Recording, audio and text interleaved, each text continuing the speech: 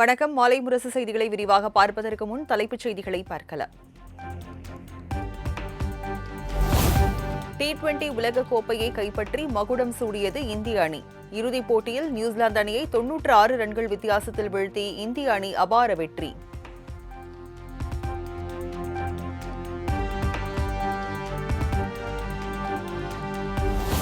T20 உலக கோப்பை வரலாற்றில் 3வது முறையாக சாம்பியன் பட்டத்தை வென்று இந்தியா சாதனை. போட்டியை நடத்தும் நாடு கோப்பையை வெல்லாது என்ற வரலாறையும் மாற்றி எழுதியது இந்திய அணி.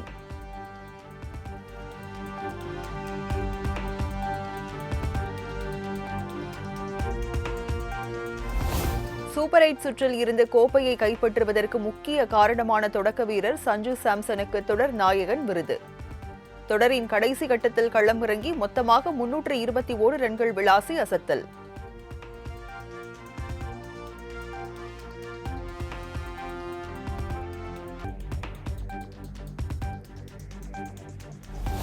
நியூசிலாந்து தொடருக்கு பின் உடைந்து விட்டதாகவும் தம்முடைய கனவை நினைத்து எழுந்ததால் மீண்டும் தைரியம் வந்ததாக சஞ்சு சாம்சன் உருக்கம்.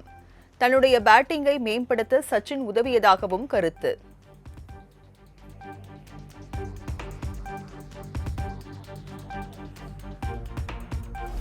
இறுதிப் போட்டியில் சிறப்பாக பந்து வீசி 4 விக்கெட்டுகளை கைப்பற்றிய இந்திய வேகப்பந்து வீச்சாளர் ஜஸ்பிரீத் பும்ராவுக்கு ஆட்ட நாயகன் விருது. பதற்றமின்றி பொறுமையோடு தொடரை கையாண்டதால் வெற்றி கிடைத்ததாக பும்ரா நிகழ்ச்சி.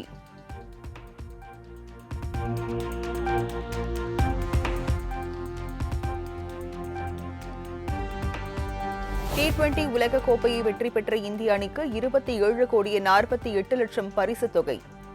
இறுதிப் போட்டியில் தோல்வியடைந்து 2வது இடம் பிடித்த நியூசிலாந்து அணிக்கு 14,65,00,000 பரிசாக அறிவிப்பு.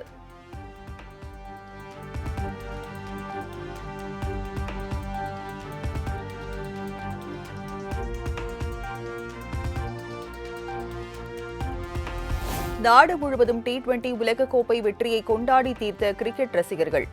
பட்டாசுகள் வெடித்து இனிப்புகளை பரிமாறி ஆட்டம் பாட்டம் என கோலாகலம்.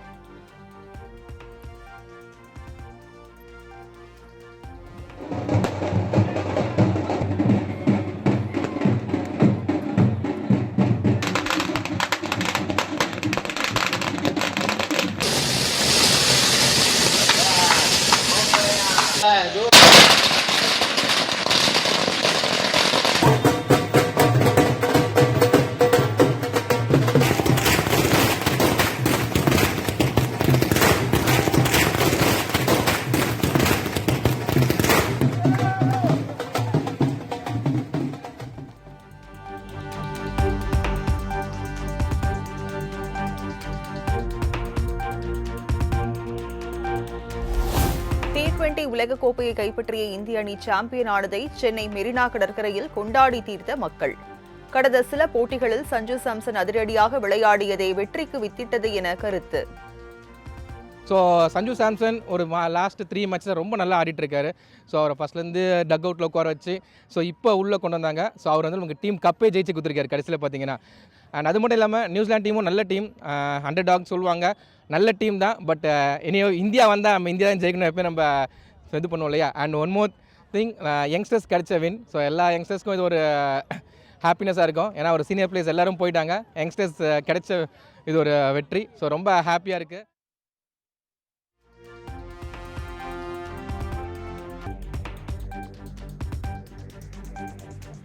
T20 உலக கோப்பையை வென்ற இந்திய கிரிக்கெட் அணிக்கு குடியரசுத் தலைவர் திரௌபதி முர்மு, குடியரசு துணைத் தலைவர் CP ராதாகிருஷ்ணன் வாழ்த்து.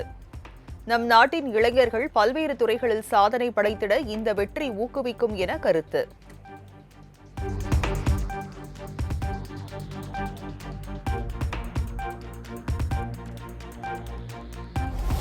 T20 உலக கோப்பையை வென்ற இந்திய கிரிக்கெட் அணிக்கு பிரதமர் நரேந்திர மோடி வாழ்த்து. இந்த வெற்றி ஒவ்வொரு இந்திய இதயத்தையும் பெருமையாலும் மகிழ்ச்சியாலும் நிரப்பி உள்ளது என எக்ஸ் வலைதள பக்கத்தில் பதிவு.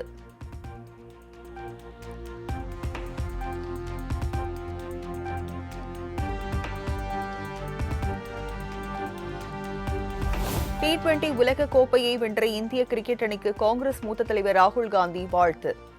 சொந்த மண்ணில் கோப்பையை தக்க வைத்து தேசம் கொண்டாட மற்றொரு மறக்க முடியாத தருணத்தை வழங்கிய இந்திய அணிக்கு வாழ்த்துக்கள் என பதிவு.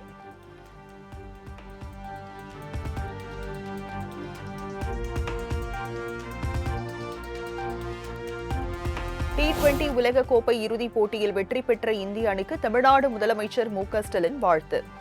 திறமையுடனும் நிதானத்துடனும் பேட்டிங் செய்த சஞ்சு சாம்சனின் ஆட்டம் தம்மை உற்சாகப்படுத்தியதாகவும் பதிவு.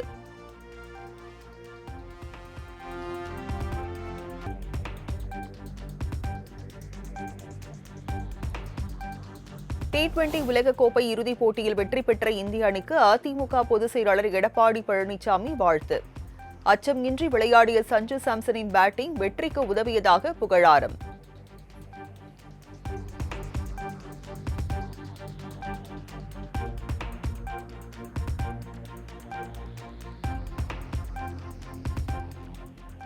முதன்முறையாக அகமதாபாத் மைதானத்தில் வெற்றி பெற்று துரதிர்ஷ்டத்தை துடைத்தெறிந்த இந்திய அணி 2023 50 ஓவர் உலகக் கோப்பையை இழந்த இதே மைதானத்தில் 20 ஓவர் உலகக் கோப்பையை கையில் ஏந்தி அசத்தல்.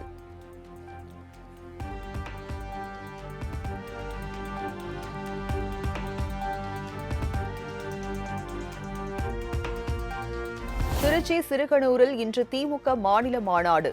10 லட்சம் பேர் பங்கேற்பார்கள் என எதிர்பார்க்கப்படும் நிலையில் குடிநீர், உணவு வசதிகள் உள்ளிட்ட ஏற்பாடுகள் தீவிரம்.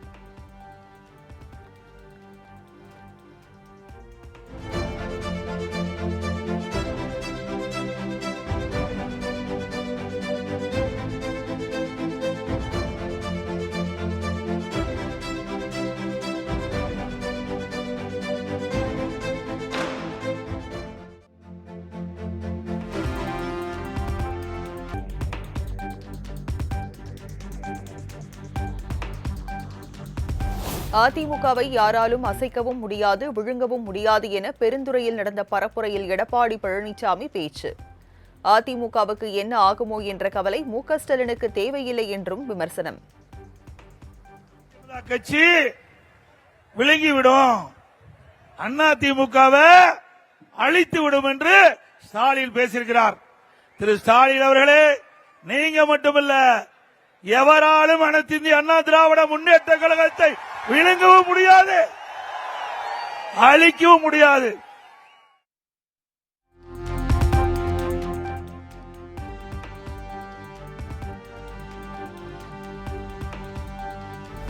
ஆமை புகுந்த வீடு எப்படி விளங்காதோ அதேபோல ஓபிஎஸ் வருகையால் திமுகவுக்குத்தான் ஆபத்து காத்திருக்கிறது.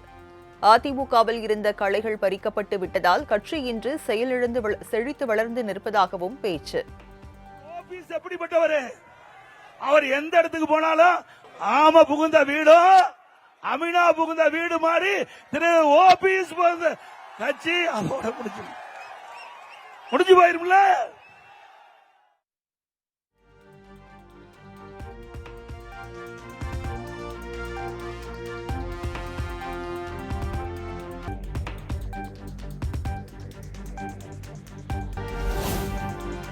தனியார் நிகழ்ச்சியில் தன்னை விமர்சித்த நடிகர் பார்த்திபனுக்கு த்ரிஷா சமூக வலைதளத்தில் மறைமுகமாக கண்டனம்.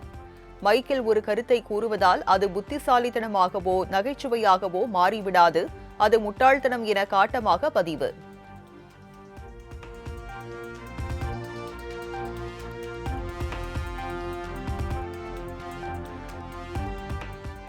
வார்த்தை ஜாலத்துக்காக பேசியது தவறாகிவிட்டது என நடிகை குறித்த தமது பேச்சுக்கு பார்த்திபன் வருத்தம். எது நடந்ததோ அது தவறாகவே நடந்துள்ளது, இதில் வருந்துவதை தவிர வேறு வழியில்லை என ஆடியோ வெளியீடு. போட்டோ திரையில் வந்ததும் என்ன சொல்வது என யோசிக்கையில் குந்தவை குந்தவை என குரல் எழுப்பினர். உடனே வார்த்தை ஜாலமாக மட்டுமே குந்தவையை வீட்டிலேயே குந்த வைக்கவும் பிரச்சனை வராமல் இருக்க என கூற அரங்கமே கைதட்டியது, பெரும்பாலும் விஜய் ரசிகர்கள். இறங்கி வந்ததும் நண்பர் ரங்கராஜ் பாண்டே அவர்கள் குந்தவையை தவிர்த்திருக்கலாம் என்றார். உடனே கலாட்டா அருணா அவர்களிடம் அதை வெளியிட வேண்டாம் என கேட்டுக்கொண்டேன். ஆனால் யாரோ எடுத்த வீடியோ மூலம் அது வெளியாகி சிலருக்கு வருத்தத்தை ஏற்படுத்தி இருக்கிறது என்பதை உணர்ந்து அதற்காக நானும் என் வருத்தத்தை மனப்பூர்வமாக தெரிவித்துக் கொள்கிறேன்.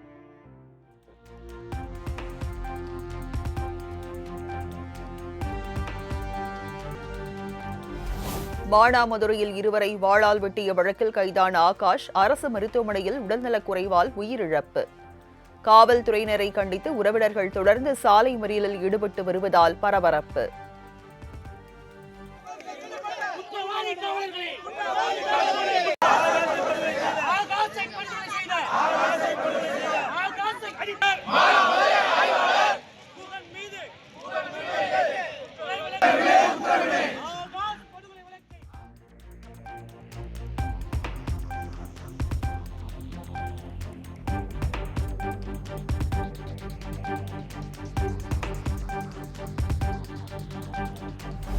தனது மகனை காவல்துறையினர் அடித்தே கொன்றுவிட்டதாக உயிரிழந்த கைதி ஆகாஷின் பெற்றோர் பரபரப்பு குற்றச்சாட்டு.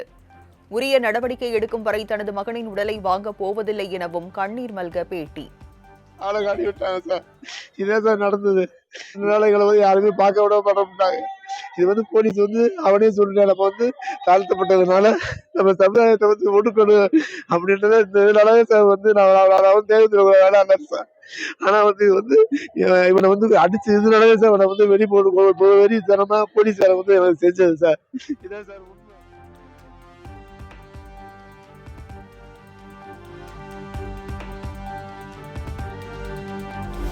மானாமதுரை அரிவாள் வெட்டு வழக்கில் கைதாகி கஸ்டடியில் இருந்த ஆகாஷ் என்ற இளைஞரின் இறப்புக்கு மார்க்சிஸ்ட் கம்யூனிஸ்ட் கட்சி கடும் கண்டனம்.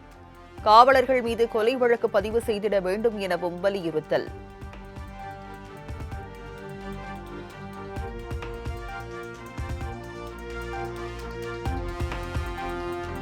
மானாமதுரையில் இருவரை அரிவாளால் வெட்டிய வழக்கில் கைதான ஆகாஷ் உயிரிழந்த விவகாரம்.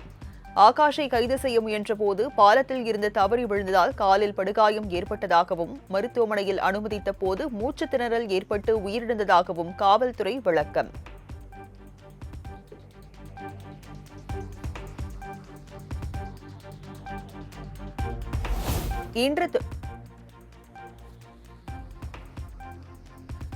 இன்று தொடங்குகிறது நாடாளுமன்ற பட்ஜெட் கூட்டத்தொடரின் 2வது அமர்வு. சபாநாயகர் ஓம் பிர்லா மீது நம்பிக்கையில்லா தீர்மானத்தை எதிர்க்கட்சிகள் கொண்டு வந்துள்ளதால் பரபரப்பு.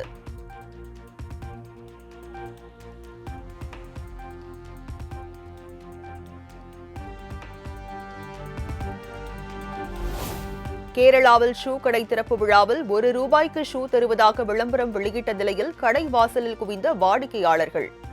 போக்குவரத்து நெரிசல் ஏற்பட்டதால் கூட்டத்தின் மீது போலீசார் தடியடி நடத்திய நிலையில் கலைபரம்.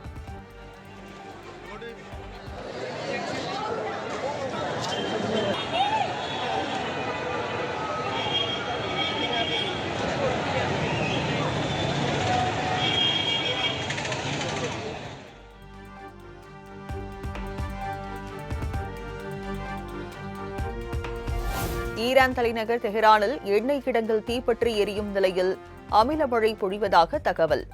அமில மழையினால் பெரும் ஆபத்து உருவாக வாய்ப்புள்ளதாக ஈரானிய அரசு எச்சரிக்கை.